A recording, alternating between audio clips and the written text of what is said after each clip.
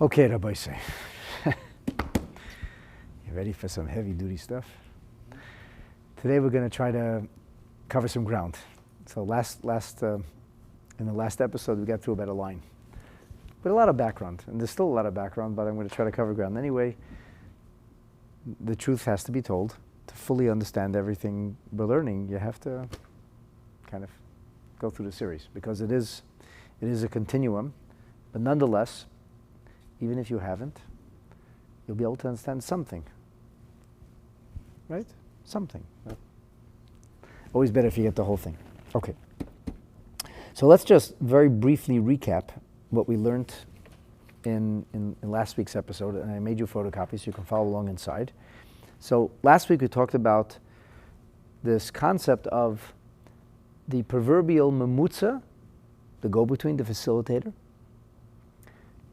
not in the mashal, not in the parable, not in like the narrative which is used to illustrate a point, but in the point itself, in the nimshal. And when we're talking about the nimshal, so this is something that we didn't even like see before. Like we hear and we have this mashal with a koil pashut. We have this simple sound of a voice, but it's not articulate. Although it's revealing, you know if somebody's in joy or in a state of misery by the sound of their voice alone. You can tell if a cry is a painful cry or if it's somebody ululating because they're very happy. You can tell that just by the sound of a voice, but nonetheless, it's not articulate. So when we talk about creation, we use the metaphor of articulation. God speaks the world into creation. Vayomer Elokim, God says, and then there's light. So where's the Hevel Ha'elyon? Where's that voice? How's that happening? And the Alter Rebbe, as is documented by the Mittler Rebbe, it's kind of this Maimer is a conjunction of the Alter Rebbe and the Mittler Rebbe. So he says that there's Koil Hashem b'koyach, there is a sound of Hashem's voice. That's obviously euphemistic. It's not taken literally, but it says b'koyach. And we identify this as the Chof, Ches, Asfon, the Tziruf Adnai, which was very hard to understand. And we figured out how the 28-letter thing works out. And David, to David's credit, he pointed out to me that in that Apples of the Orchard book, they have an actual chart which shows what we call milui de milui. So if you look at the letters of Yud K Vav K, there are 4 letters. And then if you spell out Yud K Vav K, you have 10, which gives you 14. Now, in some of the sources that we talked about, there was a discussion of 2 hands, and right and left. So 14 times 2, that gives you 28. But there is another mention in other sources of milui de milui, and I couldn't figure that out, but David was correct in sending me the chart over there, in which if you write out the Yud, K, Vav, K, you write each of those letters out fully. So even the Yud, Vav, Daled, you write out, or Yud Vav Tes, you write it out fully, then you end up actually with 28 letters. So at any rate, but that's in Havaya, that's not in Adnai. And we're going to talk about Adnai today. These are 2 very different names of God. The name of Havaya is the name of God's creative energy, which is transcendent of limitation, or transcendent of creation. And Adnai is God as He is the master of the world. We're going to talk about this. We're going to go back and elaborate on that in a moment. So the concept was that the name Havaya, Yud Kei Vav Kei, is inserted in the language of Kabbalah. It's called a shiluv. It's an integration, the way Havaya functions within Adnai. And when Havaya functions within Adnai, that's when we get creation. And that's the memutza sort of illustration. So that's where this koil, that's where this simple voice is coming from. So I want to reiterate a little just to make sure that this is clear before we move forward, because everything we're going to speak about today is based on this basic principle. In the 7th chapter of Sha'ar Hayichud Ve'emunah, the Alter Rebbe notes that when we talk about the name Yud Kei Vav Kei, our sages created a phrase which we actually use quite a bit during high holiday prayers. And many people think it's biblical. Sounds like biblical. But at best, it would be called apocryphal. It's sown of biblical terminology. It is not in and of itself a pasuk in the Torah. And the words are Hashem Melech, Hashem Molech, Hashem Yimlech. In English, God was, is, and will forever be. Melech, Molech, Yimlech. We say this in our daily prayers also, but in the high holidays we sing about it. It's like a big thing. Talk about God's kingship, we sing about it. Now, it's Havaya Melech, Havaya Molech, Havaya Yimlech. Havaya, Yud-Ke, Vav-Ke. The essence of that statement is that the concept of time, if you will, is something that requires Hashem Melech. You know, I should catch myself. It's not actually God is, was, and will forever be. That's an incorrect statement.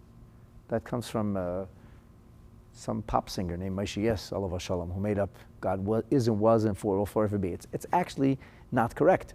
It's not a correct thing to say. You could say God's kingship was and is and will forever be. Because when we talk about God as Melech, then we're talking about the concept of time. Because time, the construction of time, only applies on a certain level of divinity. There's a level of divinity that's transcendent of time. And I will give you a very simple example. A very simple example where certain terminology simply cannot apply to another reality. For example, and this is everybody can understand it, we use the terminology of space, spatial term, and things that get full. Can you fill a room with ideas? Does it ever get too full? That's a silly thing to say. Say, there's a lot of ideas in this room now. Please don't give us any more ideas. We can't fit any more. Where are we gonna? But I have another idea. Oh, I'm really sorry. We're just out of space. It says that you're laughing, and you should. Kol hashemei yitzachak. Anybody who hears such terminology will laugh. How could you not laugh? Or a person who went onto the roof. He said, "What are you doing?" He said, "Well, I heard this is a very high idea, so I figured I'd get higher, and I'm gonna." It's ridiculous. Like it's not about physical height, and to understand deep ideas, you shouldn't be digging a hole in the ground. So that's silly terminology. It's moot terminology. It's just plain dumb. It doesn't make any sense. When we're talking about the essence of divinity, to say God was and is and will forever be is actually ridiculous. That's exactly like saying He's so big that you can put the whole world inside Him and there'll still be room. Wow, really? That's not a thing. It has nothing to do, just like ideas have nothing to do with physical space. God has nothing to do with time. God can't be limited by time. But when we talk about God as Melech, we talk about God as King, as our King, then we say when God invests Himself in creation, that's when the terminology of Melech, Molech, and Yimlech is applicable. Because Chayes hamokim v'chein chayes hazman. Here the Alter Rebbe, and I'm quoting the Alter Rebbe in Tanya in Perek Zayin, the Alter Rebbe says not only time and space, but the origin of time and space, the spiritual source of time and space, that which enables time and space to be, is something that's created by God. It's hisavusa me'ayin liyesh. Just like you understand that physicality or quantum physics is ex nihilo, is brought into reality at some point, and none of us understand what that means. What does it? Where does the universe end? What happens when you get to the edge of the border? What happens then? Oh, we'll never get there. That's not the point. The whole concept of space is a construct that God created and placed us in space, and the idea that what's outside space, that's not a thing. That's like finding room for ideas. It just doesn't make sense. Or wondering if a certain kind of mathematics tastes sweet or tastes sour. Like what kind of taste is it? It's not a taste. No, everything has a taste. It's got to have a taste. Come on. What is it metaphorically like? Is it like steak or ice cream? Well, if you like math and you like ice cream, then it's like ice cream. But if you like math and you like steak, then it's like steak, because it's actually not steak or not ice cream. It's not those things. So therefore, all this is created by God. And again, I'm reading from chapter 7 in Tanya of Vigeres HaKedesh, of Yisharich Demuna. Because the midah of Malchus of HaKadosh Baruch Hu is miyuchedes b'mehusi v'atzmusi yisbarach b'tachas hayichod, even when we talk about God as King, it's still God as He's assuming the role of King. So because it's God assuming the role of King, He doesn't give away His divinity, so to speak. And the metaphor that we're going to use for this is what we call the oir, the rays of the sunlight, which are found inside the sun. But you can't identify rays of sun in the sunlight. There is no sunlight in the sun. Well, of course there is sunlight in the sun, because if there wouldn't be sunlight in the sun, there wouldn't be sunlight outside of the sun. But where there is sun, you cannot see any sunlight, because all you can see is sun. It's eclipsed by the greater volume of the sun itself. So Hilkoch, Gam Bechinas, Hamokim Vazman, you say, so if God creates time and space, then he's limited by time and space. And the answer is no. He creates time and space, but he's still God. He's God creating time and space. And therefore, God creates time and space, but is not limited by time and space. Melech, Molech, Yimlech. Ruled, rules, will forever rule. That's the concept. And it is only us who are created entities that live within this concept of time. And this is the difference between Havaya and Adnai. Because the name Adnai, we said, Aleph Daled Nun Yud, this represents God's Malchus. Havaya Yud Ke Vav Ke is Hoya Heve V'yeh Ke'echad. It's past, present, and future as one. I don't even know what I'm saying. Because you can't say past, present, and future as one. Past, present, and future can't be the same thing, but of course they are. That's in the level of Shem Havaya. That's in the level of, on the higher level of divinity, but in the level of what we would call Adnus, God being the master over this world, then things are different. So when we have the Shiluv of Havaya Ba'adnai, when Havaya is invested within Adnai, Havaya is the creative energy, the infinite possibilities of creation, when that's invested into the limitation of Adnai, where suddenly there is a construct of time and space, although God is not limited by it, that's when we have the creation of our world per se. And in order for Havaya to be invested in Adnai, there needs to be a mamutza. There needs to be a go-between, because Havaya is entirely beyond that, and Adnai is ready to create this. So there needs to be some kind of memutza. We need to go into a change to go from the level of Havaya to go to the level of Havaya, of Adnai, and that's called the shiluv, the mixing, the melding, the amalgamation of Havaya into Adnai, and that comes Koil Hashem B'koyach. That's the proverbial voice of God. B'koyach is with those Chof Ches Asvan, with those 28 letters, with a full unfurling of the tetragram, or I should use more accurately, with mystical terminology, with Kabbalistic equations and terminology. That's the middle ground between moving from the level of Havaya into the level of what we call Adnai. So we connect with that with Amen.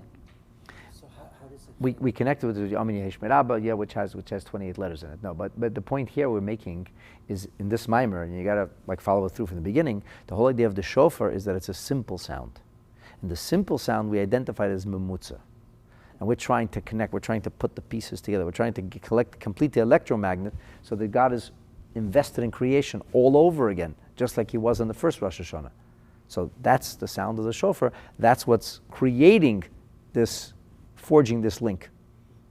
So that creation can happen all over again. You have a question? I was just trying to find out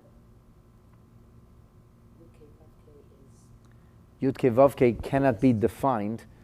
I mean, it's not so simple. I'm going to soon show you actually a chart in Eitz Chaim. It's not exactly that Yud Ke Vav Ke is the top. For practical purposes, Yud Ke Vav Ke represents transcendent energy, and Adnai represents immanent energy, where God's invested in creation. And it's an oversimplification, but those are the two poles as a rule. And we say about God's name that there's a kri and a ksiv, and I mentioned this in the previous episode. There's the way it's written in the Torah, and it's written Yud Ke Vav Ke. That's how it has to be written in the Torah. If the Torah doesn't say it that way, it's not kosher. Not every printed Siddur has it that way. Some do. Some are careful to pray from a Siddur like that. There's a thing of spelling out God's name a certain way, but it's not the way it's spoken. So there is the secret of God's name, and then there's the revealed part of God's name. And we're going to come back to this a lot. There's going to be the revealed and the concealed. The Yud Ke Vav Ke is the concealed. The Adnai is the revealed. That's the way we pronounce Hashem's name. As the Gemara says, Lo kefi shani nikra, ani nichtav, ani nikra, not the way I am written am I spoken, am I articulated, because articulation represents revelation. And the inarticulate is that which is not spoken out, not revealed, not brought forth. Are we not even allowed to spell it? Like, are you purposely saying K instead of A? We're not allowed to say it. Yeah, I'm saying Havaya, or I'm saying Yud K Vav K. Correct. We don't sound it out. That's correct. That is absolutely correct. Because Havaya, says the Alter Rebbe, is l'mayla min hazman, is higher than time. Hoya heve v'yiyeh berega echad. He's not was, is, and will forever be, with all due respect to Mashiach. That's not what he is. That's was, is, and will be as one. Melech is Melech, Malach, Yimlech. So this is the idea of Hashem bringing this into reality. And by the way, there's two ways then in which we can view God's involvement with the world. If you look at it from Havaya being inserted into Adnai, and I discussed this in the previous episode. So Havaya is dominant. That's called Yechuda Ilah in language of Kabbalah. That's called a higher level of union in which our world doesn't really exist. It's all subsumed into divinity. But then Yechuda Tata, the lower level, is when we fit Yud Kei Vav Kei into Adnai, where Adnai is the dominant force, not the other way around. So when Adnai becomes a tziruf, it becomes mixed in. You have Yud and then after an Aleph, and then you have K and then after a Daled. So Adnai is inserted into Havaya. So Adnai is inserted. It's Havaya. The dominant force is Havaya. But if we have Shiluv of Adnai beHavaya, then it's a different story. Then Yud Kei Vav Kei is invested in it. Then we say the world exists, but it's dependent on God. That's the difference, very simply, between Yechuda Ilah and Tata. Higher union and lower union depends on what vantage point, proverbially speaking, looking down below or looking below up. Okay, so let's go back now. Let's look inside the Maimon now. So the Alter Rebbe says that this Koil Hashem B'Koyach is B'Chof Ches Asfon. It's the Tziruf Adnai. The top of, I made the photocopy just about what we're learning. You'll see a little 30 over there. And it says, Mokor Kol Hanevroim. That Adnai, that the Adnus, that is the source of all worlds. So Adnai is the source of actual creation. Yud Kei Vav Kei is beyond that. Adnai is the source of actual creation. Simple metaphor. If I had an idea, it's in my head somewhere. I had some inspiration somewhere. I said, how did all this happen? So, well, I had an idea. And then what? And then it just happened? Well, not exactly. Then I had to articulate the idea. And I had to write it out. And I wrote a book. And then I wrote a plan. And then I went and fundraised. And then I lobbied. And then this and then that. And that's how it happened. So ideas, you say, are extremely valuable. They're also valueless. Great ideas can come and go. And unless the idea is carried out, it's absolutely meaningless. It's a fantastic idea. Why'd you ever tell anybody about it? Had you discussed it, had you articulated it, had you verbalized it, amazing things could have happened. So there's some very powerful, influential people in history who changed many things by virtue of the power of their pen or the power of their articulation, their oratory. Had they not been given the gift of gab, they couldn't have accomplished what they accomplished. This is in a good way and in a bad way. Some of the most terrible people in the world were also very, very gifted communicators. Extremely gifted communicators, able to sway masses with their oratory. And then some of the most influential people in the world didn't have a gift of oratory at all, but they had a tremendous pen, so to speak. The diligence, and they were elegant writers. And by writing their ideas and sharing their ideas and printing books or manuscripts, they were able to change the world. So that's what made things change. Adnai is the spoken word. Adnai is what actually makes the creation. And the difference, of course, is between us and God is we can articulate ideas. It has to then be acted on. But when we speak about God, we speak about verbalization as actualization. God speaks the world into existence. As our sages say, Ba'asara mamarot nivra ha'olam. With 10 utterances, the world is created. So in the Zohar, Chele Gimel, we have this expression, which is a very powerful expression, which will help you to appreciate the idea that Adnai is the source of all creation. In the Zohar Chele Gimel, which is in Parshas Vayikra, we go through 10 names of Hashem. Starting with, you asked me about Havaya, there's 10 different names of Hashem that are identified.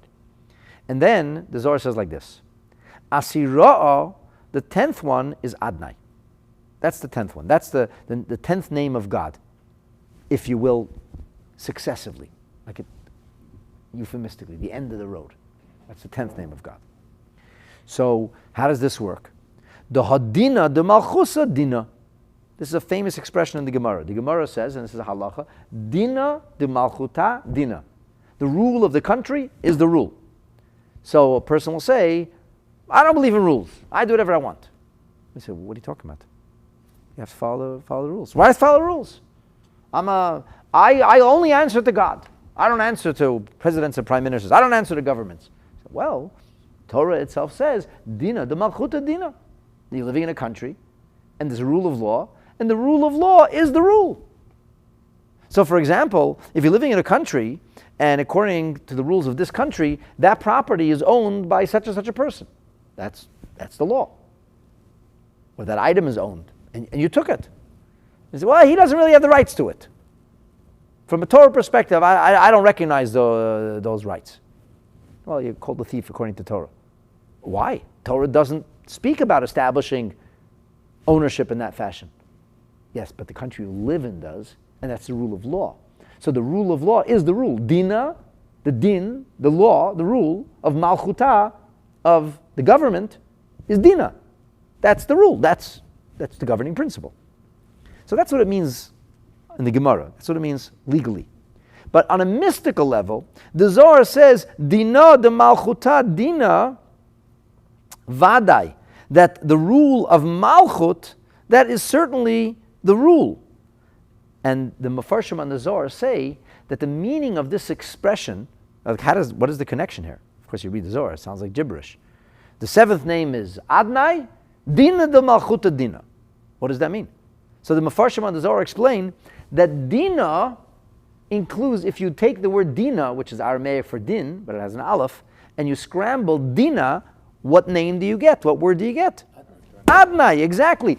Dina, the Malchuta Dina means that Adnai is Malchut. So Malchut represents Hashem Melech, Hashem Malach, Hashem Yimlech, the idea of it's a certain Kabbalistic level. The Kabbalistic level called Malchut, regality, responsibility. When a person is put in charge of something, they are the euphemistic king. You are proverbially now the king in the castle. You are in charge of this project. You know, people say like every project needs a mom and dad. Who is driving this car? They say that camel was created by a committee. That's why it has two humps. Whatever you're going to do, there needs to be a leader. Somebody has to take the responsibility and say the buck stops here. When you have two individuals who are saying the buck stops here, no, it stops here, you don't have the buck stopping anywhere. It's actually a sad thing. But celebrities, as a rule, get the worst medical treatment. Why? They have access to the best doctors in the world. That's precisely the problem. The best doctors in the world don't really get along with each other. Who is the doctor? Well, this is a world-famous doctor. That's another world-famous. So the world-famous doctors are all brought in because this is a big celebrity. This is an international personality. And he's a very powerful individual. That's right. But nobody's actually taking responsibility. So you have too many cooks in the kitchen, the broth is spoiled. Either everybody forgot to salt it or everybody decided to salt it. It doesn't work. There needs to be somebody responsible. This is a parable from Malchus. That's what Malchus means. Malchus means we're going to get this done. That's every one of us has in it. We're not necessarily going to ever become a governing individual, or it doesn't mean everybody has midat hamalchut. Means everybody has the ability to take responsibility. And that's when Malchut is oftentimes spoken of in feminine terms. And the most powerful experience that a human being can ever go through is motherhood. And fatherhood is very powerful also, but not nearly as powerful as motherhood. And it's an instinct thing. It's not even only a human thing. Even animals, every form just about animals that we know about has the mothering instinct. So Dina, the Malchuta Dina, is telling us that Adnai is Din. V'hai la'agocho krovin de Malka Ba'alma. This is the name that, so to speak, goes to war. What is the most important job of any king or queen? Defend the people. That's why in the United States, where they have an executive branch of government, because George Washington didn't want to be a monarchy, but he said the elected president will be monarchical. What's his title? What's the president's title? Commander-in-Chief. The prime minister of our country is not commander-in-chief. He's the head of his caucus. I don't know what he is actually, but he's the head of his caucus, and since his caucus has the most members of parliament, he becomes, of all the ministers, the prime minister. Did you say caucus or the main minister. The caucus is a circus, but that's another story.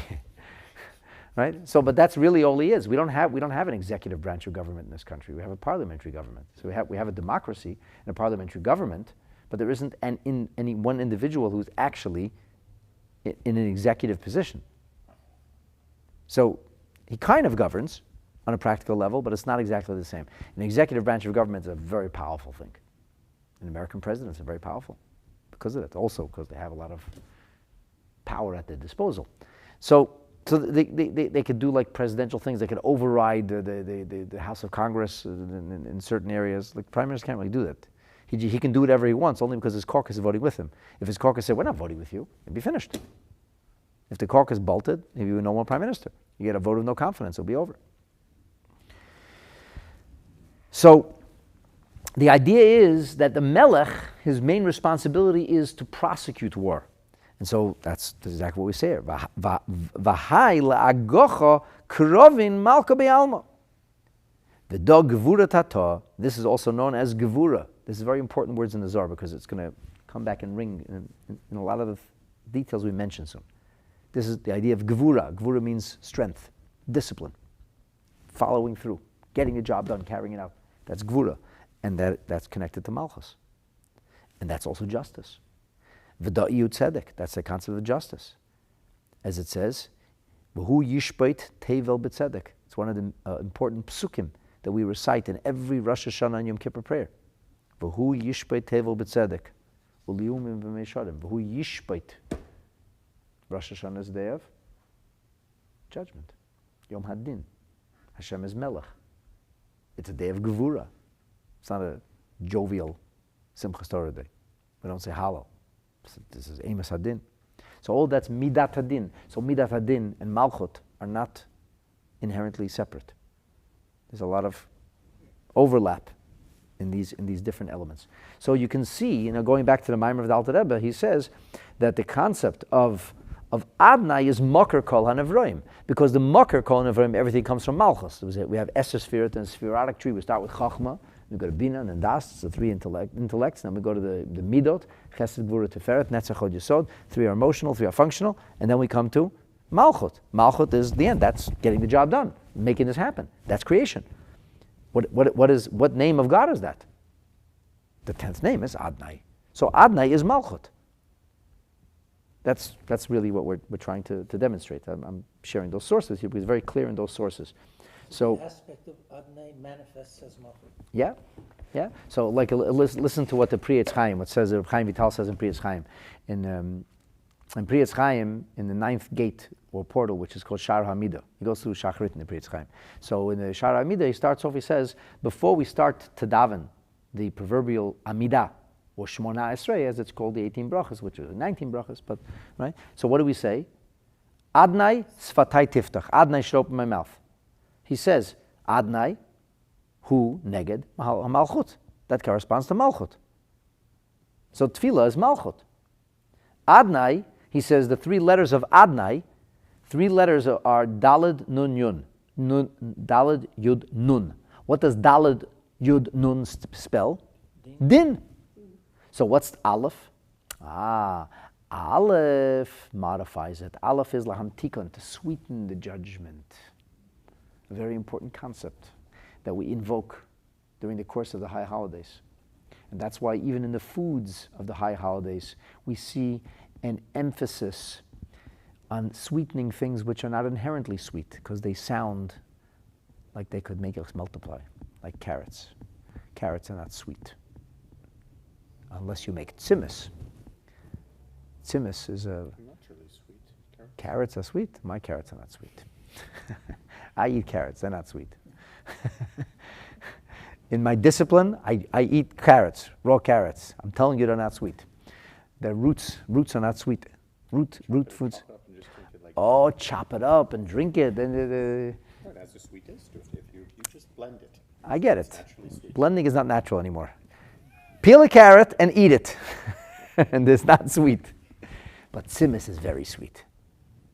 Why is it so important to make, first it's very important to eat sweet foods. So we have to make a carrot sweet? Yes. Why?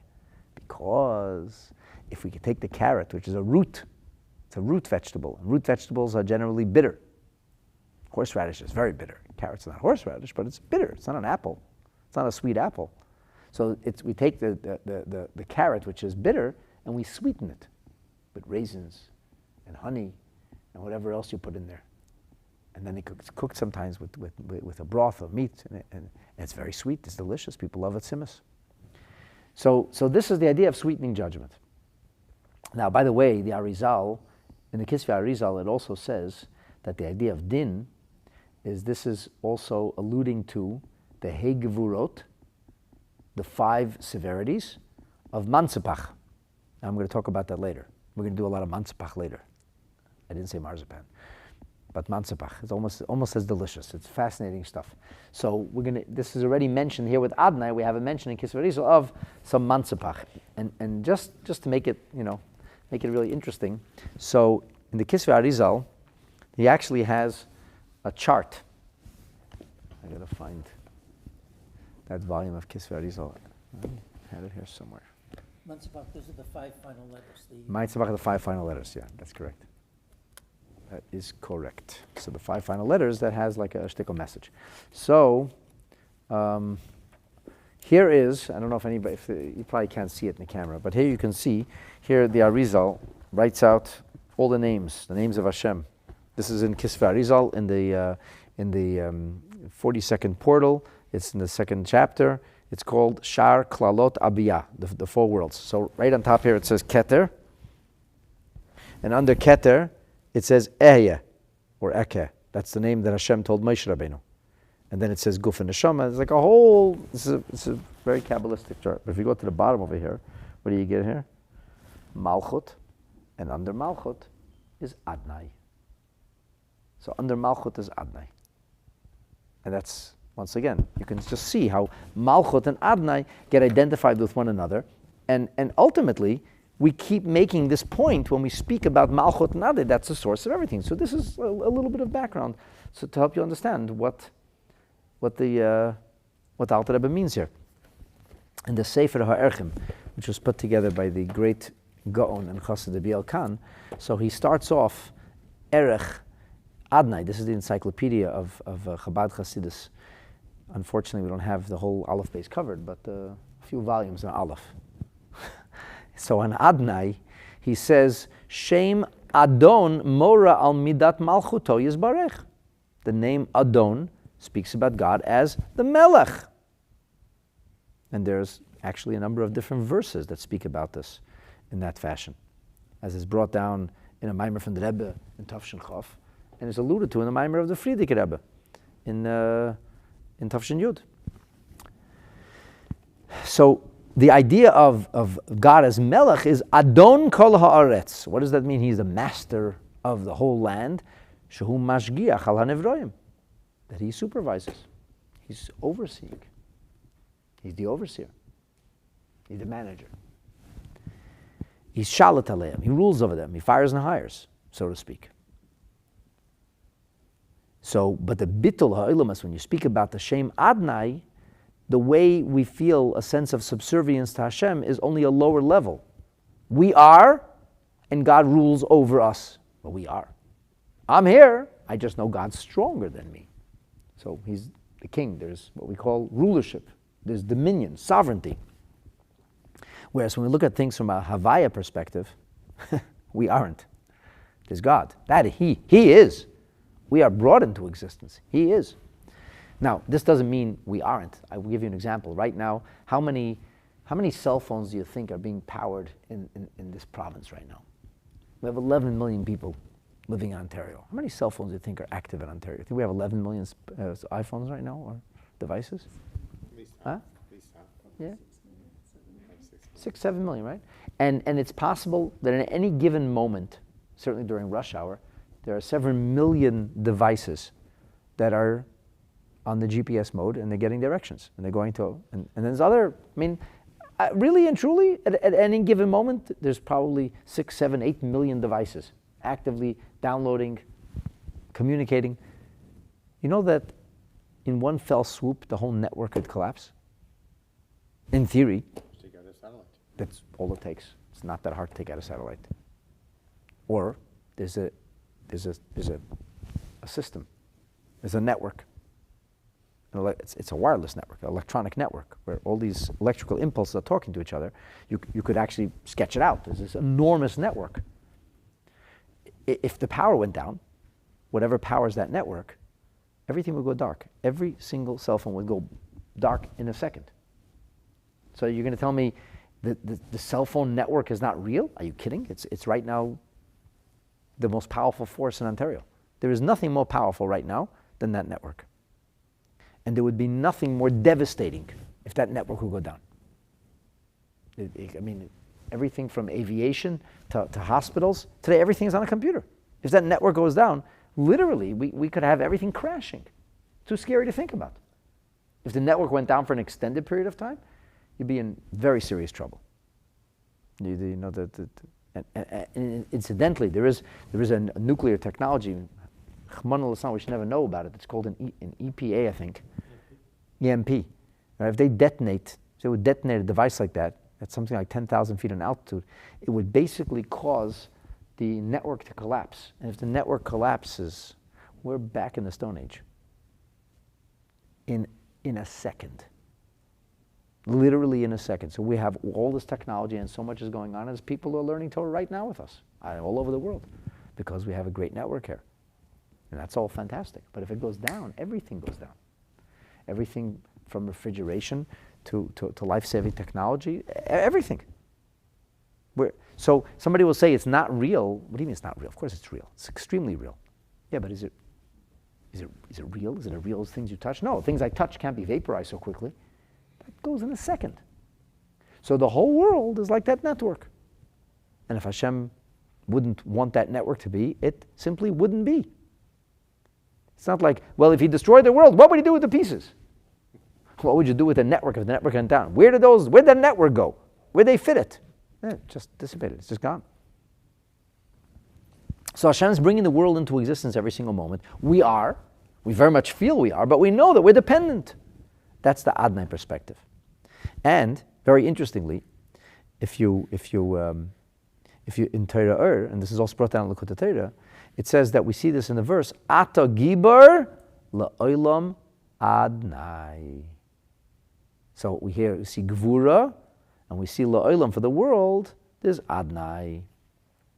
So Adnai and Gvura and Tzimtzum, which are all terminologies that we've spoken about and we will speak about in this episode as well, are inherently linked to the concept of Adnai. This and much more is contained in that line. This is kind of like almost a rehashing of the previous episode. This is what's going on with the Adnai, that's the meaning of the three words here in the Maimer, Mokar Kol Hanevroim. So now you understand that. Okay, let's move forward. Chulu, etc. Okay, we did the etc. too. Now, V'gam hu mebechinas oisius hadibur. It's also, this was also the dimension of the spoken word. So Malchus is not only the responsibility, the commitment to oversee something, Malchus also represents the verbalization. Like we say in Patach Eliyahu, Malchut Peh. Malchut is the mouth. And just like, how does the king rule or the queen rule? The sovereign rules by virtue of giving a command. If they don't communicate, nobody will know what the sovereign wants. So communication is key. And communication is the mouthpiece, the spokesperson. So that idea of Malchus, that idea of Adnai, is also the concept of Otiyot Hadibur Kenizker La'el B'Mashal. See how the pieces fit? Before we had this whole conversation about raw sound, and raw sound that gets divided up through the 5 gvurot, through the 5 gates of articulation, the powers of articulation. So that's what gives the raw sound actual communication. So it's gvura, and that idea of gvura, that idea of limitation, that idea of stoppage, that idea of like you're playing a wind instrument, and by putting your finger, even on a simple flute, and blocking certain holes, or moving your fingers up and down, and opening certain holes, which will mean that the sound comes out in a different way. It depends how many of these holes are available for the sound to escape, and each one makes a slightly different sound, and you can actually make music on a flute. It's probably the world's oldest musical instrument. So that idea of speech, which was talked about in the mashal, in the example, here you see it now in the nimshal. This is the same idea. That Adnai business that we discussed, that is the spoken word, in a manner of speaking. That's the same idea.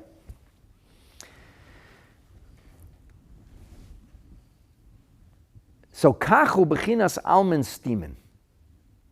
Just like we say that's the spoken word, so too there's this concept of hidden worlds, and these are what we call worlds apart. There's hidden worlds and revealed worlds. Before we go into the hidden or revealed worlds, I want to share with you an excerpt of something I saw in my journeys, preparing for this class. I want to share with you just a little excerpt of a mimer, of a discourse of the fifth Rebbe, of the Rebbe Rashab. This is from the year Tafresh Nun. So in the year Tafresh Nun, in 1890, he delivered a very long mimer on many of these concepts, actually. Many of these concepts that we're talking about over here are actually discussed in this mimer. And this mimer, to be sure, you see how many pages I'm turning? Is a Rosh Hashanah mimer, beginning with the words Tiku B'Chodesh. So this is the second half of it. It goes like for 20 pages. It was a very interesting Rosh Hashanah, I'm sure. So he says like this: Hine. Tzarech lahaven tchila inyan bechinas hadibur. We first have to understand the idea of speech. Shehu, that speech is bechinas hamalchus. Speech is the level of malchut. Bechlal, in general, shenikra dvar Hashem. Malchut, the word of malchut is called, the term malchut, the level of malchut, Kabbalistically speaking, is called the word of Hashem. And it's known that in order to have what we call binyan hamalchus, in order to establish, to set up the network called malchus, hu mehagvuros. The only way for speech to be actuated is by virtue of the various severities, the various limitations. So when you press your lips together, or your teeth together, or you press your tongue against your palate, that's how words are formed. And when you're doing that, you're limiting the sound. You're not screaming on top of your lungs. You can always scream on top of your lungs inarticulately than you can articulately, because the moment you're articulating, you're already modifying the speech. So when people want to scream really loud, they don't say anything. That's the loudest scream you can give. Otherwise, you're limiting that scream. So in order for speech to be developed, what we need to have is gevura. We need to restrain the speech. We need to restrain the sound. We need to withhold the sound. This is the concept of Dvar Hashem.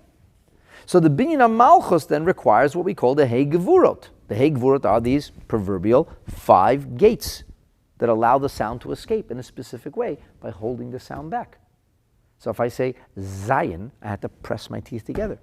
If I have no teeth, it would be very hard to say Zayin or Samach. And therefore, Malchus is called Adnai. That's exactly what we just learned. Which Adnai is Aleph Din. Shebinyona, that it's made of the Hei Gvurot, and the Hei Gvurot are made of Din. Hey, that's really the concept of Din. He says a little bit later on the next page. He says, let me explain myself, just so you understand. He says, let's talk about an idea. So we see sometimes shemachshava achat, one thought, what we call in academia an epiphany. An epiphany, because I have an idea. It comes in a second to you. And then you have to share that idea. Kishabala dibur, when you're going to now articulate this idea that came to you, it is something that takes place over an extended period of time. It takes time to articulate it. As they say, it takes time to speak it out. And therefore, he said, Ad shemasha choshev berega echad, that a person could have thought in one moment, tzorech ledaber bazeh kechatzi shah. You may have to speak for a half hour. in order to get it articulated. What you know in a second, to share with somebody else, to articulate, could take a half hour. Very interesting how he uses that timing. V'chein, so too, k'shemitzave b'dibur lases, when he commands that something should be done. So that's when the details, the more you give a practical command, it generates details. The more you give a practical command, the more details are going to be. You ever see what building plans look like? They're down to every little screw. And by the way, if there's the tiniest mistake in the plans, it results in a disaster. Because the craftspeople follow those plans exactly to the T. And when they do plans in a hurry, it doesn't work out.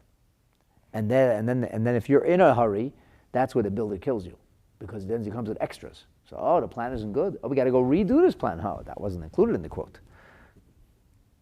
And that's how they can give you such a low quote, because they know you're going to be coming back to make changes later. Because people are usually in a rush to get the job done, and that's never a good thing. How did it say? Measure 3 times and cut once. The same thing with the plans. So this is the same thing. So the more we get into the articulated reality, the more we, so to speak, develop it, the more details. The details, it produces more and more and more details. So if you have a really original idea, I'm not talking about an idea that everybody knows already. Like these jokes that people say one word and everybody laughs because you know already what the joke is. But if you come up with a really original idea, then you have to develop your idea. And you have to articulate your idea. And the person, the genius who came up with the idea, could have thought of it in a moment. But in order for him to say, okay, let me explain what my idea is, he's got to give a whole background to articulate that concept. That's the idea of the dibur, the speech, which is how the world gets created. And what comes before that? The simple sound, but before even that comes the simple thought. And that's where we're going to be going now, from the sound into the worlds apart, where worlds of speech and worlds of communication, which are worlds apart, as we're going to see. This is articulated in a much, much more detailed and amazing way in a mimer from the long Hemshech Ayin Beis, in the second volume of what's called Terav Ayin Beis. This is a mimer from Shmini Atzeret, which is the end of Tishrei. So, but there's very similar themes over here. This was in the year 1915. So he says, Shmini Atzeret 1914. He says, Binyan HaMalchus, and I'm just going to read to you a little excerpts. Binyan HaMalchus, the development, the building of Malchut, Hu meHagvura, comes from Gvurot. This should make sense to you. By virtue of if I'm not making sense, tell me. But I think by virtue of what we explained, this should be easy to grasp now. What is that? That's Bechinas, Hegvurot. That's the Hegvurot, which we're later going to hear about in the terminology of Mansepach. Hanim Shochim b'Malchus l'tzorech binyana. These 5 Gvurot come forward into Malchut in order to build and develop Malchut. Just like if somebody's mouth is all broken, and then they can't talk. God forbid. So you need to have that ability to limit the speech so that the terminology can come out. So he says the thing is that Bechinas Malchus, hu Bechinas Dibur. And the Dibur ha'elyon, the supernal speech, which is a euphemism. God doesn't have a tongue. God doesn't have a voice box, chas v'sholom. He has no corporeality. And that means tzirufim shoinim. There's various codes. Each code is a different methodology of articulation. For example, in computer language, when the computer has to speak, one computer speaks to the other. Or when you download a program, what we call today a PDF. So we have to have software, you have to have the app. Because the app has to be able to talk to what you just downloaded to be able to turn it into a picture on your screen or in your computer. And if you're using a certain system and that was written in a different system, so the systems aren't talking to each other. And what in one system means blue, in this system means yellow. So you're not getting an accurate picture. Unless you have a memutza called an app. And the app knows the program and the app knows the software. And because the app knows the program and the software, once you have the app, you can download the image or the, so to speak, the live feed or whatever it is that's happening, because you have the app that facilitates it. So the app is the facilitator. And that's why making apps are very difficult things to do. They require a tremendous amount of people power to make such something like that. Enormous amount of programming. And once you have an app, then you can actually speak to all of these devices. You don't have to send an email or a WhatsApp message. The app is automatically going online by itself, and you're getting the new information each day. But these apps are very expensive to develop. They can cost tens of thousands of dollars to develop a proper, functioning, a well-working app, and they have to constantly do updates on the app. And if you don't update your app at some point, it's not going to be working. Your laptop stops working. Your computer stops working. Your device stops working. Why? Because you're not up to date. You don't have the facilitation. And more and more and more and more details. That's what we call in today's day and age, or they used to call it anyway, rich text. You know, //. It looks like gibberish. Yeah, it is gibberish, except it's not gibberish at all. If you know what you're looking at, it makes perfect sense. Just like some people who don't understand nuclear physics, they look at a physics equation, it doesn't make any sense to them. People don't understand computer science. Well, look at several lines of rich text. You want to understand what that means. Or a tiny URL. What does that mean? But it actually makes sense because each of these characters represent a certain kind of impulse. And therefore, it's able to, the more you generate those details, the more you're going to have things that are happening. This is all a metaphor. Shekol zeh b'chinas dibur elyon. That's the higher speech, so to speak. He says, al derech mashal. Let's talk about this in metaphorical terms. B'koil v'dibur adam. When a person is going to speak. So hakoil yotzeh mehevel halev. The sound comes from within. Person, ever hear the expression? Words from the heart. Passionate words, heartfelt words. They're coming from the heart. You're not a robot, not metallic. This is a person. And he's really invested in what this is. And you hear it. You hear it in his voice. But you're not hearing anything. If you're not able to divide those sounds up into articulated speech, you didn't hear anything. Maybe you knew that this person's in pain, but you didn't hear anything. And God forbid when a person has a medical event like a stroke, Rahman al-San, and they're not able to communicate. It's the most frustrating, painful thing. And people like this scream and yell and they're in pain because nobody's understanding them. Apparently when they say yes, and sometimes it can be no, sometimes no means yes, but they don't have any power, they don't have the ability to articulate it. So you have, it's coming in a voice, it's making a sound, you know the person's frustrated, but you don't know why the person's frustrated. You don't know what they're trying to say. Because they're missing that mechanism. So the kol mishtama, first there's a voice that's heard. The voice that's heard is bami hispoilus hamidus. You can hear if somebody's interested in what he's talking about, or knows what he's talking about, or has no clue what he's saying. He's just reading a shopping list. You know that in 2 seconds. Today, what they're coming up with now is so incredible that they actually program a computer to speak to you with inflection. And you don't even know if you're talking to a real person or not. You know, this is not the metallic voices of 30 years ago. Now they have a voice, they have an answering service that actually sounds like they're happy to or frustrated. And there have been tests done recently where people didn't know they were talking to a computer. It's like almost scary. So the koil itself says that Rebbe Rashab is a koil pashut. It's a simple voice. It's a simple voice. You know this is a person who's frustrated, but you don't know what he's saying. Like it says in the Chumash, and we talked about in the previous episode, or maybe a bunch of episodes ago, where Moshe Rabbeinu comes down with the luchot, and Yeshua says, there's noise. There's voices in the camp. And Moshe Rabbeinu says, this is not kol hanois gevura, it's not kol hanois chalusha, this is not the sounds of the ululating of the victor, or the desperation of the vanquished. He says, kol hanois, I hear a voice of blasphemy is what I hear. You can hear in a person's voice. You can hear if it's a kol simcha, it's a joyous voice, or if it's a kol otzav, it's a miserable, a sad voice. You can hear anxiety in a person's voice. Very few people can match that really well. But you don't know what they're saying. And a person who had the stroke, you know they're happy or they make sounds. You know, you can tell their mood, but that's it. Because they don't have the high gvuris. They don't have the mastery. They don't have the control to be able to articulate the words.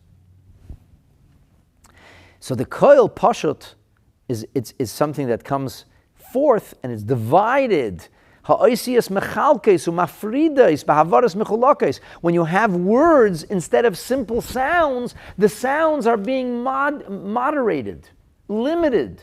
The sounds are broken up. When a person is speaking, he gives voice, gives ear, as they say, and then he's not speaking, or he's speaking in a certain way, and he's saying something specific. The Rebbe Shab elaborates. I mean, it's so beautiful how he explains this. He said, this is all a metaphor. So it is also with the Koil V'Dibur Elyon. That the Chayas HaIlameis, that the reality, the existence of our world is only Mitziruf Eisius, only from codes. Which in today's day and age, we have many metaphors for it. We actually see this. You can see this.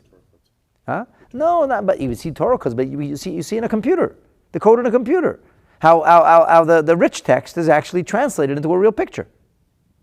Or the computer is able to talk to each other because the code speaks to, it's programming. It's all programming. So there's programming. HaKadosh Baruch Hu is programming the world. And the programming is called speech. And it's mitzirufi eisius. It comes as putting the code together.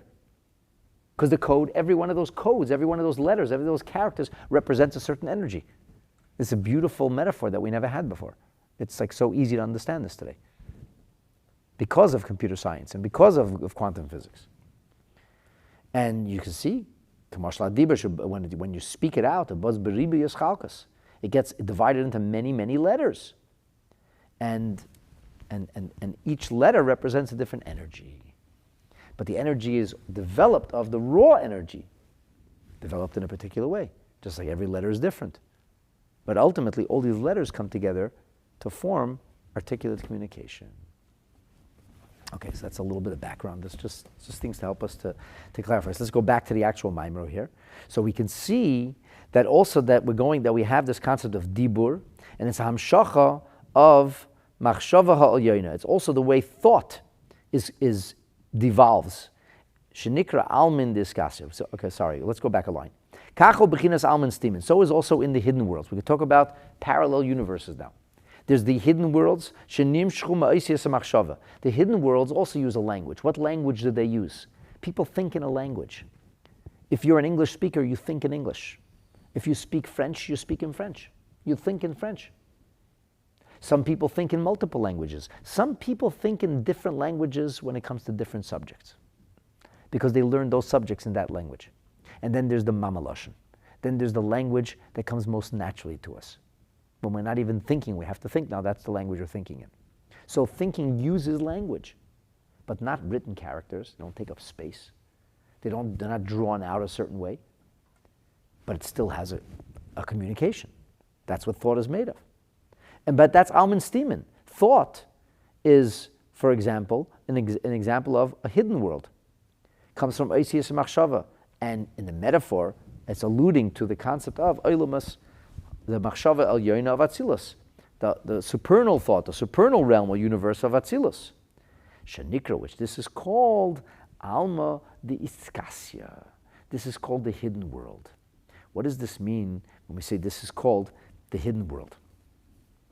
So, let's take a look in the Siddur, much earlier in the Siddur. Actually, the Siddur in Dach now is divided into 2 volumes. So, in the Siddur, he speaks about these. Let's talk about these 2 worlds now. This world of Alma de Iskasya and Alma de Isgalia.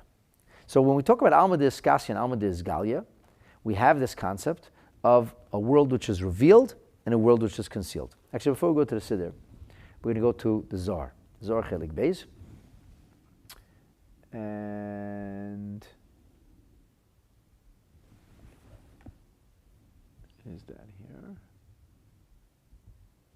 No.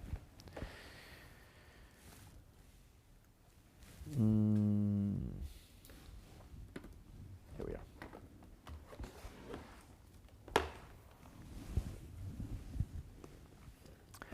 All right, so the Zohar in Parshas Va'era speaks to us about like a fascinating pasuk. We use a word as only the Zohar can do.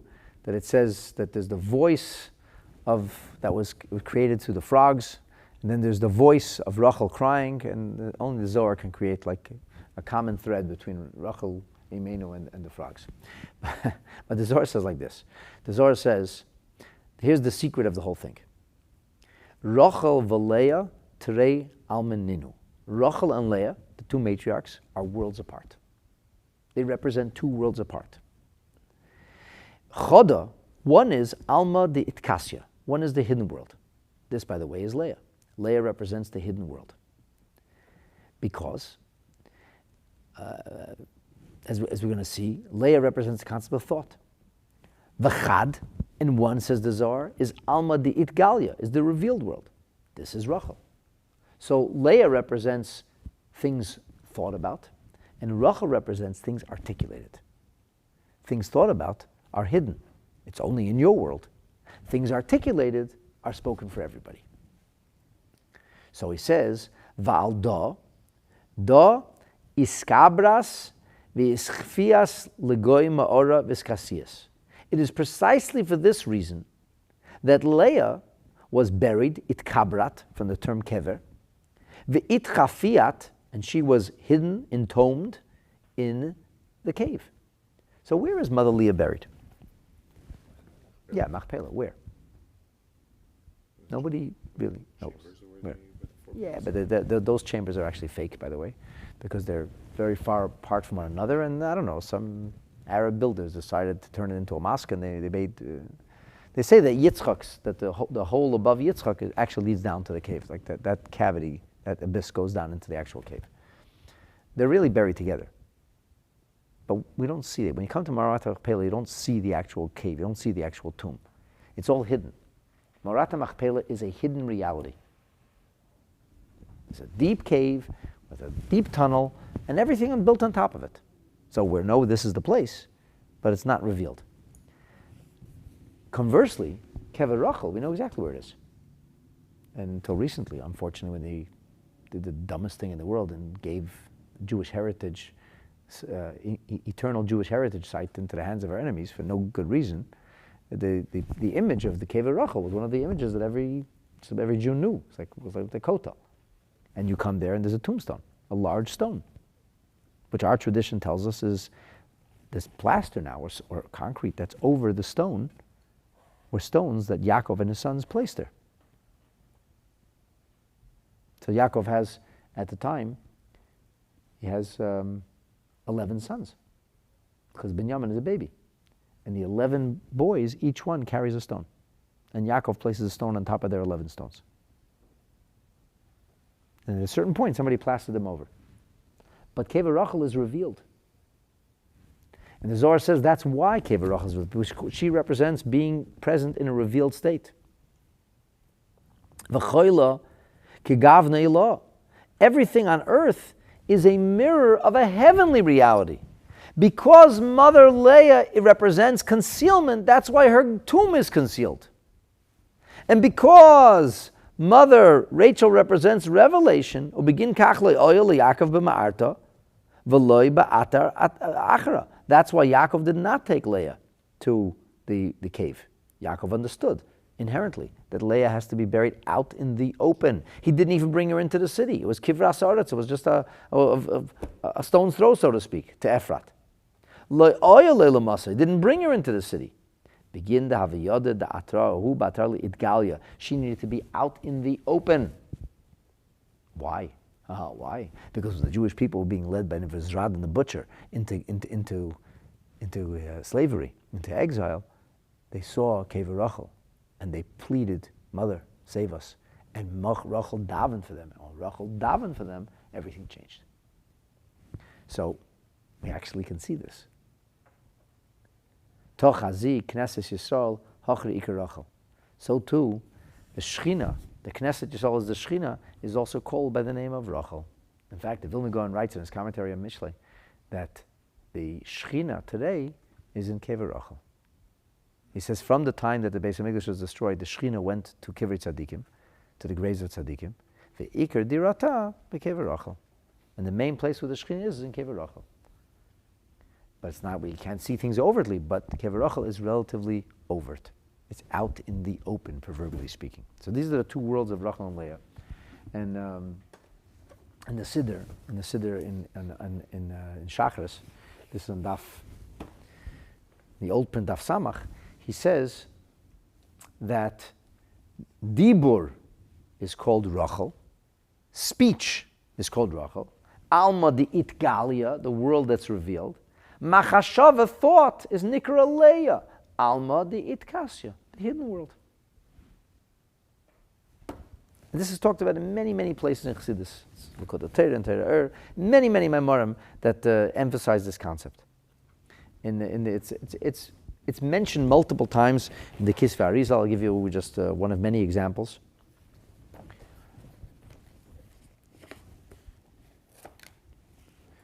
In the Kisvei Arizal, in the Sha'ar, there's a whole Sha'ar called Sha'ar Rachel, Leah v'Rachel. That it says, Leah v'Rachel, this is the Kisvei Arizal quoting the Zohar, Terei Almin, 2 worlds apart. Min ha'olam ve'ad ha'olam, from one universe to the next. And there's 7 years that Yaakov Avinu worked for the hand of Rachel, but that was out in the open. And then 7 years that he got hoodwinked into working for Leah. That was under the radar. That he never spoke about that. That was never agreed upon to begin with. So those are the 2 7 years. And the 7 years represent the agricultural cycle, which represent like a world apart. He says later on, and the Chaim Vital writes, Leah hu neged makom hakisu shel ha'orot. The Leah corresponds to that which covers the energy of the light. Whereas Rachel is keneged orot hamegulim, is where the energy is revealed and open. So we understand here that there's 2 worlds going on. And where's the Alter Rebbe going with this? So he says in the Maimer, let's go back to the Maimer. He says in the Maimer that we have these 2 worlds apart, and kol bechinas hischalkos hatzirufim, whenever you're going to be dividing up to make a transmission happen, to go from one level to the next, it happens ayidei bechinas memutza. Once again, we're back to our facilitator. We're back to our middle nexus. When you want to speak anything, you have to start somewhere. You need the first letter. You need the aleph. Ah is where it begins. And once you have that first letter, not only is this in articulated reality, but it's also in thought reality. Only it's hard to imagine what exactly that looks like. It's very, very much concealed, but in the same way we understand that there are 5 gevurot, which allow us to articulate, to make articulate noise, to communicate with our mouth. In the same way in our minds, Bina, the second of the intellectual faculties, is about dividing up the idea, analysis. Bina is like the Hey Gevurus. The Hey Gevurus actuated the way we speak. But the Hey Gevurus in a higher level is the idea of Bina. Chochma, an idea, a flash. Bina gets into the details, the detail-oriented. So this is Bechinas Bina, Bechinas Oisias HaMachshava. That's what we call the letters of thought, because thought also employs a language. Al Karchach, therefore, we must say, Hu HaMamshich Oira Bina Ba'oisias HaMachshava. That first letter is what brings the original thought, the sophisticated thought, into actual thought, where it becomes a person has an awareness, but then awareness becomes something you actually start to think about. A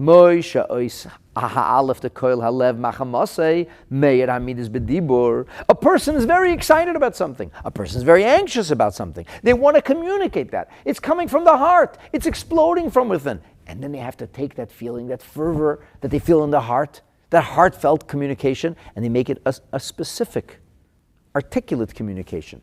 And it begins with ah. That's where it begins. So too, the same thing is happening on a higher level in a different world. This is happening in the world of speech, where it goes from a simple sound into speech, where it goes from midot, it goes from a passion, it goes from excitement. You know when somebody's passionate about something, or something is, detached. You know it. You hear it in their voice. So in the same way, the excitement and the passion gets expressed in words. But in order for it to be expressed in words, there first has to be some kind of unintelligible sound, a raw sound that later becomes divided into characters and letters and sophisticated communication. In the same way, an idea, which is like that passion, that flash of inspiration, has to become articulated in an articulate thought. A thought that's cogent, a thought that makes sense, made up of details. That also needs a mamutza. It needs that same raw voice only it's not in the level of talking. This is going on in a different world, in the world of Machshava, in the world of Leah. V'zehu, and now we go back to what we started earlier, 2 episodes ago, the theory of everything, or even in our last episode, Words from the Heart. Now we go back to V'zehu sha'olam haba hu b'chinas bina. Olam haba, we said that Hashem created the 2 worlds. The worlds apart are the world of Gan Eden, b'yud ke Hashem, tzuri lamim, yud ke. So the yud is Gan Eden, and the hey is our world. The yud is the first letter of Yud Ke Vav Ke. The Hey is the last letter, the second Hey of Yud Ke Vav Ke. So why is the idea of Olam Haba Bina? He says Ki Yadua, as it is well known. Where is it so well known? So here we go to in the Siddur on Daf Kuf Samach Aleph. This is going back to the part 1 of the Siddur. This is the commentary on the Birchat HaMazon. So over here, he says, Olam Haba is the world of Tainug. Olam Haba is Olam HaTainug. Olam Haba is the world of pleasure, as is known. Why? It's brought down, the Gemara tells us, Neshamot Nehenin, the Neshamas delight and enjoy the concept of the knowledge of Hashem. And this is the level of Bina, because it's understood. Chachma isn't fully understood. It's an epiphany. It comes. I have an idea. What is the idea? I'm not sure yet. I have to figure it out. That's figuring it out as Bina. Where when we have the idea that comes from the higher level, it's not something which is settled, and it's not something which you're able to appreciate and understand. So to better understand this business of Olam Haba and how and the delight of Olam Haba, the pleasure of Olam Haba, I'm going to share with you. I'm going to share with you what the Alter Rebbe writes in the beginning of the 5th epistle, the 5th letter in Yigeres HaKodesh. So let's skip at the beginning. He enters into a certain subject, and he says, okay, if you want to understand the subject, so we have to understand the business of the statement our sages made, B'Yud Ke Hashem Tzur Elamim. God made the world with Yud Ke. It's the Gemara Menachos, and I taught the Gemara in detail at our class 2 classes ago, at the theory of everything. I went through that Gemara. So the Alter Rebbe says like this. Olam Haba, when we talk about Olam Haba, we know our sages tell us that Olam Haba is Le'achila V'Le'shtia. The people who talk about the pleasures of heaven and use physical description to describe the delights of heaven are talking pure gibberish. It's absolute narishkeit. There's no body, there's no eating, there's no drinking, none of that. So what is happening? First of all, we don't know, because it's a reality we have no frame of reference for. But the euphemism that was given to us is that tzaddikim are yoshvim, the righteous are sitting, and they're nenim miziv hashchina, they're delighting in the basking in the glory of God. So what does this mean? It says the Alter Rebbe, Pirush, it means sha'atainung shemisangim neshamas hatzaddikim, that the pleasure that tzaddikim are delighting in is coming from the radiance of God Himself in Gan Eden, is shemisangim, the pleasure comes from hasagasam v'haskalasam shemaskilim v'yedim u'masigim. It comes from what they apprehend, from what they comprehend, from what they grasp, because they're able to grasp a hasaga from Hashem ein seif bebechinas gilui. They're able to grasp it in a revealed way. So what does this mean? Why does Alter Rebbe say able to grasp it in a revealed way? What's the difference between grasping it in a revealed way and not a revealed way? So let's talk about this like using metaphoric terminology. Everybody knows that on the first night of Hanukkah we light how many flames? For one Hanukkah flame and a shamash. Okay. Second night of Hanukkah? 2. Third night of Hanukkah? Till we get to the 8th night of Hanukkah. On the 8th night of Hanukkah we have 8 flames in the menorah. Okay. Does everybody follow this line of thought? Does everybody suggest that? No, that's Beis Hillel's opinion, and that's actually the halacha. But Beis Shammai said, no. On the first night of Hanukkah, you light 8 flames. You're celebrating, you have 8 days. You have 8 days to celebrate, so you have 8 flames for the 8 days. On the second night of Hanukkah, you light 7. On the last night of Hanukkah, how many days of Hanukkah are left? Just one, so you light one flame. And the jurisprudence of this, that the Rebbe developed in phenomenal ways, is that Beis Shammai looks at things in a potential state. He doesn't look at what you have, he looks at what could you accomplish, what do you have in the future. Whereas Beis Hillel says, no, we have to deal with what we have. On the first night of Hanukkah, we potentially have 8 nights to celebrate, but right now we're here. And on the second night of Hanukkah, nobody can take away my celebration from last night. I don't know if I'll be around for the third night, but I'm here for the second night. So the first night is already, so to speak, in my pocket. I can light a flame, kindle a menorah for the first night because I have that already, and I can kindle a flame for the second night because it's here. It's called in Hebrew bekoyach and bepoil. Talking about potential, talking about actual. Now, this business of potential and actual.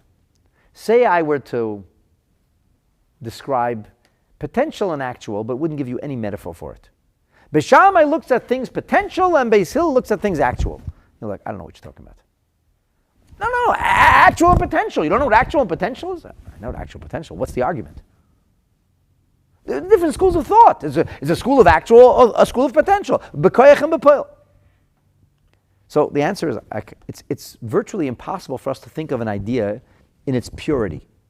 The idea in its purest state doesn't make any sense to us. In order for us to understand that idea, I have to give you a paradigm. So I show you a menorah. I talk to you about Hanukkah. So the first night of Hanukkah, second night of Hanukkah. Oh, potential. We have one night of Hanukkah. That's what we have. We're here. But we're going to be celebrating for another 8 nights. Oh, so we have. So should I look at what we're going to be celebrating? Should I be celebrating my eggs before they hatch? Or should I be? You understand what I'm saying? We can understand this idea of actual and potential when we have a paradigm for it. We don't have the ability in this world to understand ideas, purely theoretical ideas, without any practical example. Every idea, no matter how refined the idea is, will have some kind of frame to deliver the idea. This is called understanding an idea, not begolui, not in a revealed way, understanding it in a hidden way. We're grasping the idea. It's like, the pot is too hot. There's a skillet, and it's iron. It's too hot. In order for me to hold the handle, I need to have a glove. Or I need to have just like so that whatever I'm holding on, the cloth I'm using to hold on to it, that's enabling me to lift the pot out of, because the pot itself is too hot. The human hand can't touch a boiling hot pot.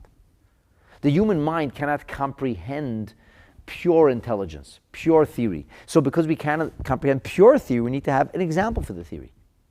And the example becomes the handle by which we're able to grasp the idea. But we're never grasping the idea itself.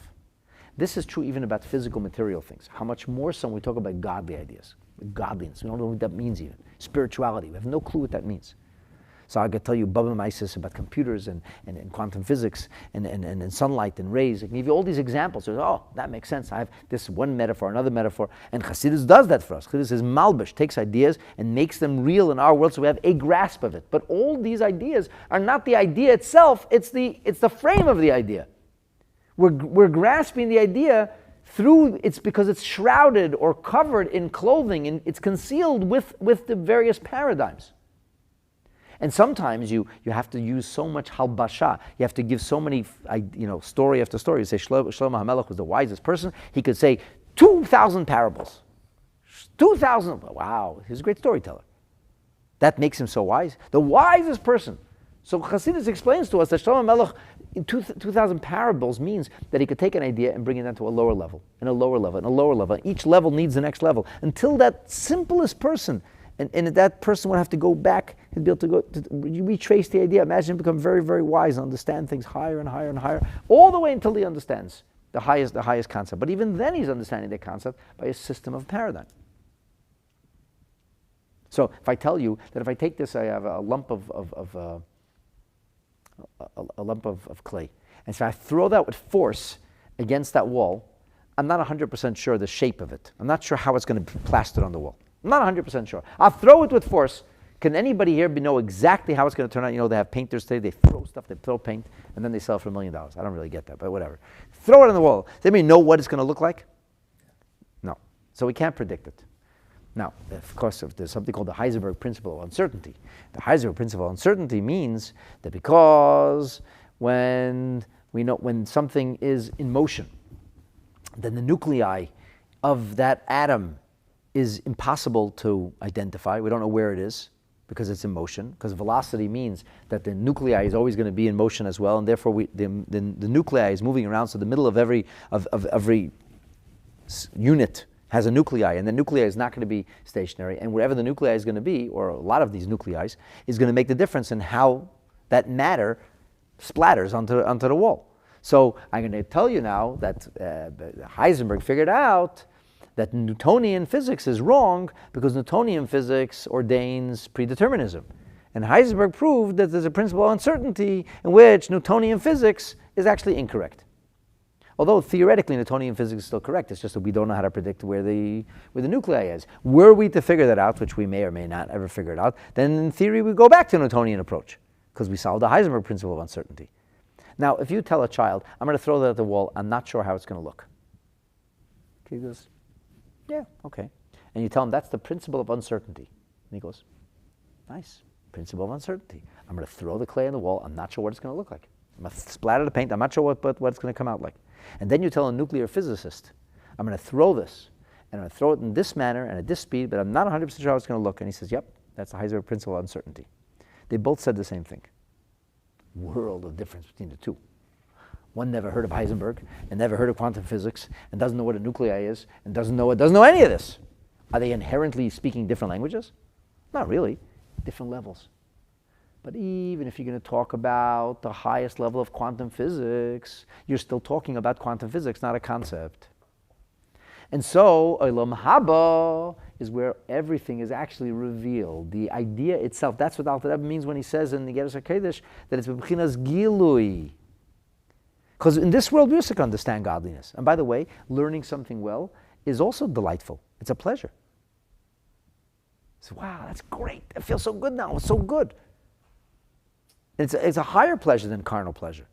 So we have a metaphor for Olam Haba. Yeah, but our understanding is all with halbasha. It's all with embodiment. There's always a muscle. We never get the thing itself. In Olam Haba, you get the thing itself. So that's Bina, pure Bina. And Bina always needs to have Chachma infusing in it. That's why it's not the letter Hey, that's why it's the letter Yud. Like there's a mimer from the Tzemach Tzedek that I found, just like a line. He says like this, Tamid nimshach me bechinas ayin de Chachma b'hayesh de Bina. Bina has its form. So, but in order for Chachma has no form. Chachma, this is what's called, Chachma is in a state of bittul. This is the terminology of the Zohar, nekuda behechala, the nuclei. The middle, the quintessence. That's the Chachma. But the Chachma needs a circle around it. So the Bina is the texture, Bina is the structure that houses the Chachma. So therefore it's b'yudke, Hashem creates the Olam Haba with the Yud, which is Chachma, but actually how does the Chachma express itself? With Bina. So that's where the Yud, this is a mystery I couldn't figure out. That's why I said, why is it Yud? In that case it should be Hey. I said, no, then I realized that that's how it has to be actually. That's the only way. So this is what he says in the Maimer now, that we have the idea of Olam Haba. Gan Eden is created with a Yud, which comes from the level of Bina. The essence of the Seichel. Because in Gan Eden and Olam Haba, we're understanding the essence of the idea. Not the idea the way it's dressed up or conveyed to us in a parable. The essence of the idea. And that's coming through Bechinas Memutza. That also needs a nexus. That also needs to be some kind of translator or an app to download it, speak to both sides. Umi Ois Yud, Zahan Shamas, Mekablam Beilam Haba. They're getting from Ois Yud. Ois Yud is the nexus. Ois Yud is the Memutza. The neshamas are delighting from Ziva Shechina. That's Bechinas Malchus. That's Bechinas Dibur. The Dibur of Gan Eden. The Dibur of Gan Eden is they're getting ideas communicated to them, and each one understands the idea and according to their level. As Alter Rebbe says in the Geras HaKodesh, Lefi Madrigasi, Lefi Maisav, according to his level and according to his deeds. You build your own heaven. And that's why Olam Haba is called Bina and Zohar HaKodesh. God forms the worlds. The worlds apart. The world of Gan Eden, the world of Neshamas, and the world of our world. B'yud is Olam Haba. B'hei, which has length and breadth to it. A hey is that's Olam Haza. What are the two levels? In Gan Eden, it's created of Bina. In our world, it's created through Malchus, which goes back to what I started at the beginning of the class. The Bina and the Malchus. But the Bina and the Malchus are both the ideas of Mansapach, because they're both Hegvuras. The Bina is the way it is in the hidden world, in the world of part, in the world of thought. And the Gvura, the articulated, is in the world of speech, in the revealed world. But the two worlds apart are actually mirror images. It's a parallel mirror image. Well, the Bina, because these levels of Mansapach of Bina, that's how we have a division of Oisius HaMachshava, that just like we have a division of words, and words are enunciated, and letters and characters are enunciated in the manner of speaking, literally, so too, in the language of thought, there's also a code, impulses in the mind. The brain is using impulses. And it's Timshachim L'Bdibur, Shenikra Hei Meitzahs, that's called the Hei Meitzahs. So what is the Mansapach? The Mansapach are the letters, like we call a Mem Sofit. There is the open Mem, and then there's the Mem Sofit, the closed Mem. There is the bent Nun, and there is the long Nun. How do we understand these business of Mansapach? What does it mean, Mansapach? First of all, Mansapach is mentioned like very early on. We have Mansapachs in Eitz Chaim, for example. In the beginning of the Eitz Chaim, he says, Seder, or Sod, the secret of Otios Mansapach is that there are kfulot, they're double.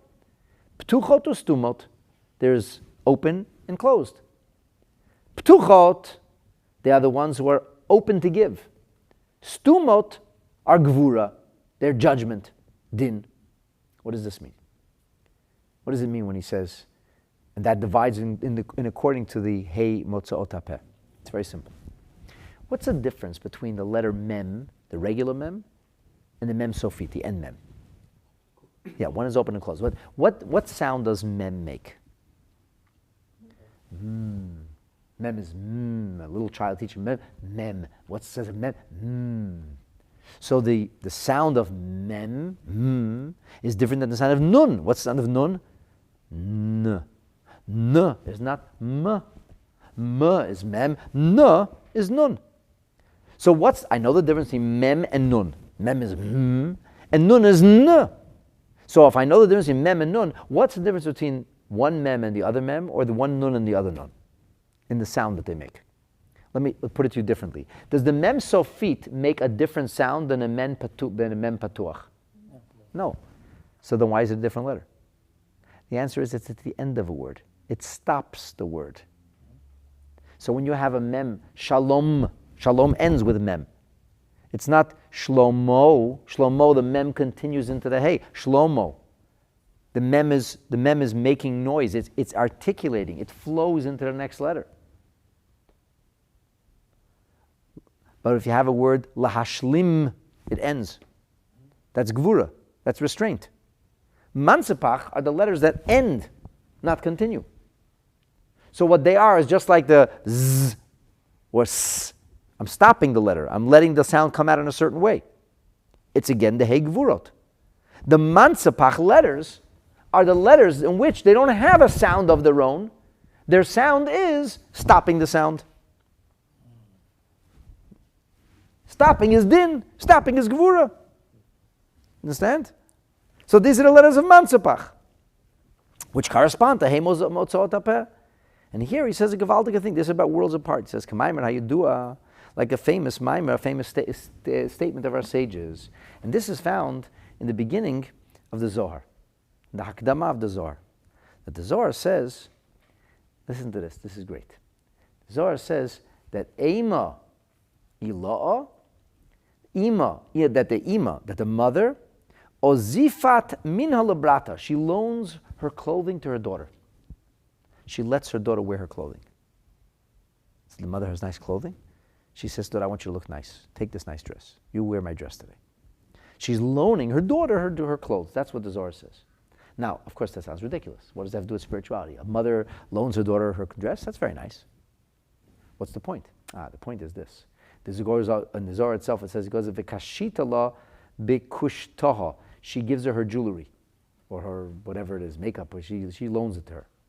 So the way the Mefarshim and Zohar explain this is that there is the way things exist. This is actually referring to something called netzach and hod. But the way things exist on a